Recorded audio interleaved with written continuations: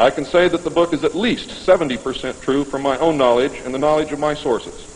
I believe that the disinformation was an attempt to compromise the British TV expose with information which could be proven false, just as the Eisenhower briefing document was released here in the United States under the contingency plan Majestic 12, and which can also be proven false. Since our interaction with the aliens began, we have come into possession of technology beyond our wildest dreams. A craft named Aurora exists at Area 51, which makes regular trips into space. It is a one-stage ship called a TAV, or Trans-Atmospheric Vehicle. And it can take off from the ground using a 7-mile runway, go into high orbit, return on its own power, and land on the same runway. We currently have and fly atomic-powered alien craft at Area S4 in Nevada. Our pilots have made interplanetary voyages in these craft and have been to the Moon, Mars, and other planets aboard these craft. There's a group of pilots at the base who wear a patch, which has a little alien peeking over the bottom. It has, I think, 3 or 4 letters at the top, and I forget what they are, but John Lear knows what they are. There is a picture of Saturn and a picture of Mars in the photograph, and in the background there are 7 stars, which are strangely shaped just like the stars in the Pleiades group. What that means, I don't know. We have been lied to about the true nature of the Moon, the planets Mars and Venus, and the real state of technology that we possess today at this very moment. There are areas in the Moon where plant life grows and even changes color with the seasons. And this seasonal effect is because the Moon does not, as claimed, always present the exact same side to the Earth or the Sun. There is an area that wobbles in and out of darkness on a seasonal basis, and it is near this area that the plant life grows. The Moon does have a few man-made lakes and ponds upon its surface, and clouds have been observed and filmed in its atmosphere. How many of you remember the period of time, several years, when almost every reported alien craft that was reported landed was on or near water and appeared to be pumping water into the craft? How many of you remember that? Quite a few. The water went to the Moon, ladies and gentlemen, to change the Moon. And it is working.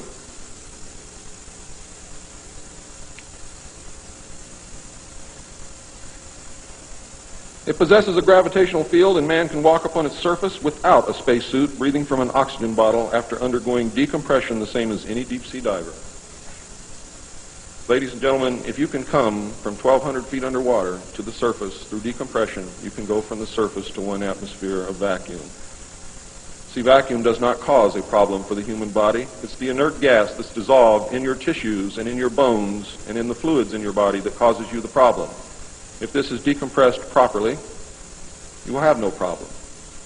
All you need is a very small amount of oxygen, a very small pressure to breathe. You will suffer no harm, except for one thing, that oxygen becomes toxic after breathing it over a long period of time. Therefore, excursions would have to be of a minimal time length. Other than that, there is no reason why you or anyone else cannot walk on the surface of the Moon or in space in a vacuum without a spacesuit. How do I know? I used to be one of the world's experts on deep-sea mixed gas breathing mixtures for divers and on deep saturation diving. When I was the head of the department of the mixed gas deep saturation diving division of the College of Oceaneering. And I can tell you now, it's much easier to decompress to a vacuum and walk on the surface of the Moon than it is to bring a man up from 600 feet.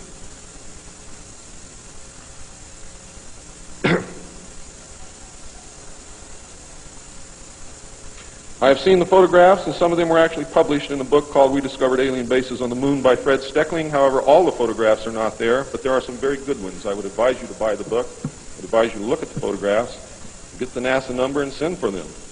I doubt that you can still get them, but at one time you could. In 1969, a confrontation broke out between the human scientists and the aliens at the Dulce Underground Lab.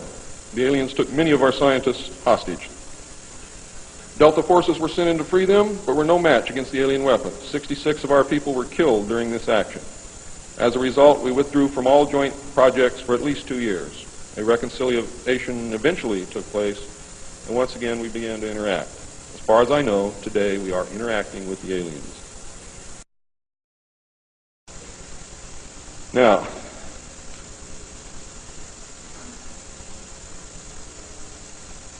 I'm gone past my limit. I'm not going to infringe upon the other speakers. The text of my speech will be on sale outside.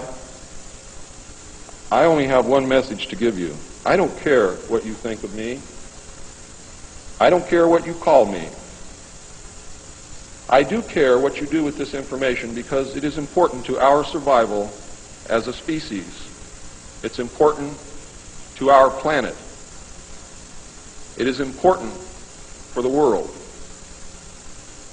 What happens to me is of no consequence, and I knew that when I started this. And over the last 17 years, I knew that someday I was going to have to get up and say this, whether I wanted to or not, whether I was afraid or not. Now I am here, and now it is done. And I feel an overwhelming relief. You now have the information. You can laugh at it. You can throw it in the trash can. You can burn my house down if you want to.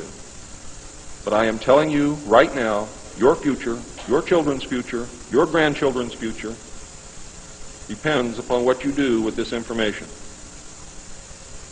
Your own government is selling your children drugs, and you don't seem to care.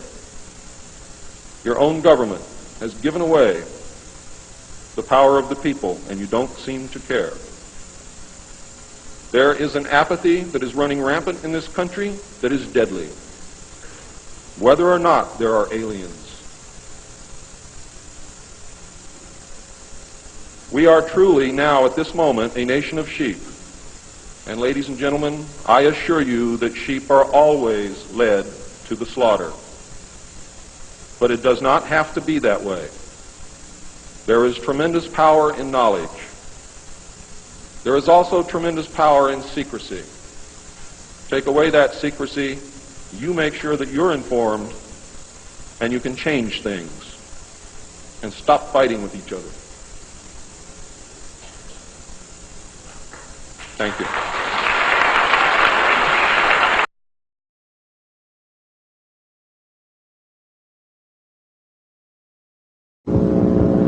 One of them did this. All I remember is that he just kind of waved his hand in front of his chest, and the next thing I know, this blue beam hit me and just literally opened me up like a fish, and burnt my fingers right off of me.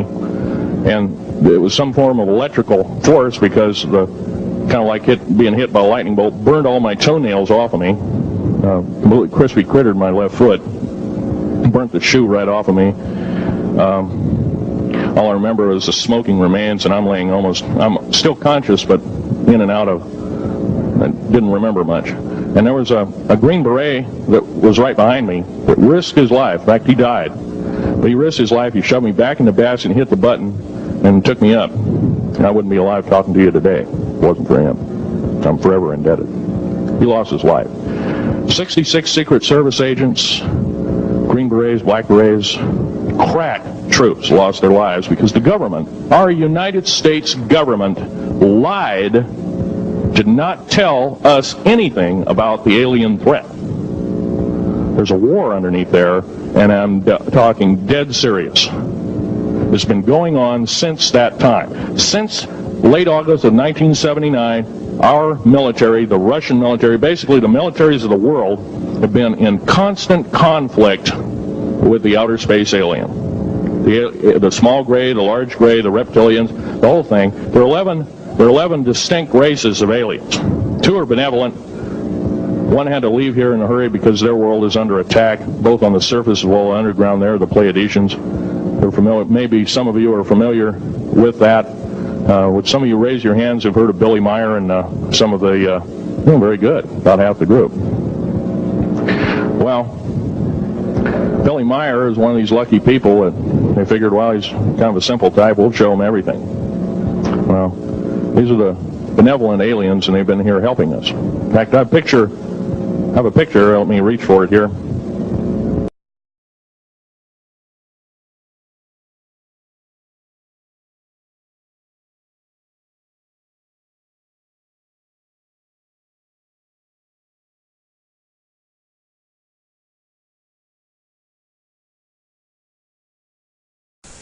I can say that the book is at least 70% true from my own knowledge and the knowledge of my sources. I believe that the disinformation was an attempt to compromise the British TV expose with information which could be proven false, just as the Eisenhower briefing document was released here in the United States under the contingency plan Majestic 12, and which can also be proven false. Since our interaction with the aliens began, we have come into possession of technology beyond our wildest dreams. A craft named Aurora exists at Area 51, which makes regular trips into space. It is a one-stage ship called a TAV, or Trans-Atmospheric Vehicle. And it can take off from the ground using a 7-mile runway, go into high orbit, return on its own power, and land on the same runway. We currently have and fly atomic-powered alien craft at Area S4 in Nevada.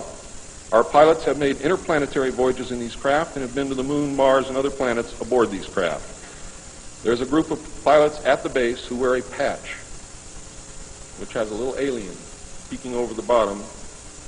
It has, I think, 3 or 4 letters at the top, and I forget what they are, but John Lear knows what they are. There is a picture of Saturn and